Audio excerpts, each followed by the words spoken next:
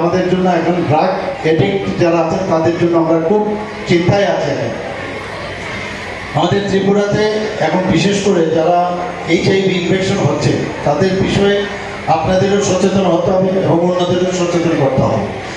যারা বিশেষ করে আমরা জানি যে এইডসে আক্রান্ত হচ্ছে, এইচআইভিতে আক্রান্ত হচ্ছে, এটার অনেকগুলো কারণ আছে, কিন্তু তারপরেও যারা ইন্ট্রাভেনাস ইনজেকশন দিচ্ছে তাদের বিরুদ্ধে আপনাদের সোচ্চার হতে হবে এবং এতে করে কি সমস্যা হতে পারে সেই বিষয়গুলো মানুষের কাছে আনবে।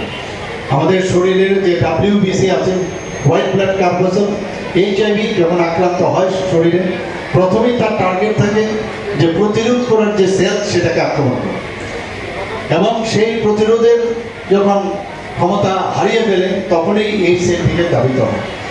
এবং একবার এইচআইভিতে আক্রান্ত হলে সেটা কিন্তু নির্মূল করা যায় না, কিন্তু আমাদের যাতে ভাইরাল লোড কমানো যায় তার ব্যবস্থা আমরা আমাদের বিভিন্নভাবে যে রেট্রোভাইরাল থেরাপি আমাদের বিনা পয়সা আমাদের বিভিন্ন সেন্টার থেকে দেওয়া হচ্ছে। তো সেই বিষয়ে আপনারা নজর রাখবেন।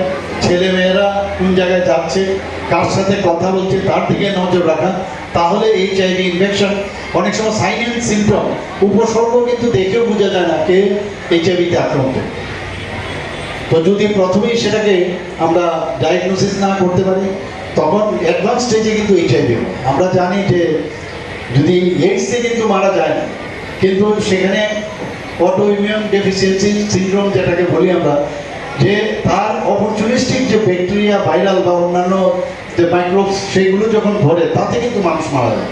তো এইগুলো নিয়ে সবসময় একটা আলোচনা করা এবং একটা পরিবারের যে কী সমস্যা হয়, এখানে ওএসটি আমরা ওরাল সাবস্টিটিউট থেরাপি আমরা শুরু করেছি, যাতে ড্রাগসের পরিবর্তে এই ধরনের বিভিন্ন সেন্টার থেকে দেওয়া হচ্ছে। এগুলো যখন নেয় মানুষ তাহলে তার মধ্যে ওই বিষয়টা আসবে যে এটা এমনিতে ড্রাগ নিলে যে তার একটা ফিলিং অফ ওয়েলবিং হতো সেটা কিন্তু ওই ওষুধে হবে, কিন্তু তার সাইড এফেক্ট থাকবে না।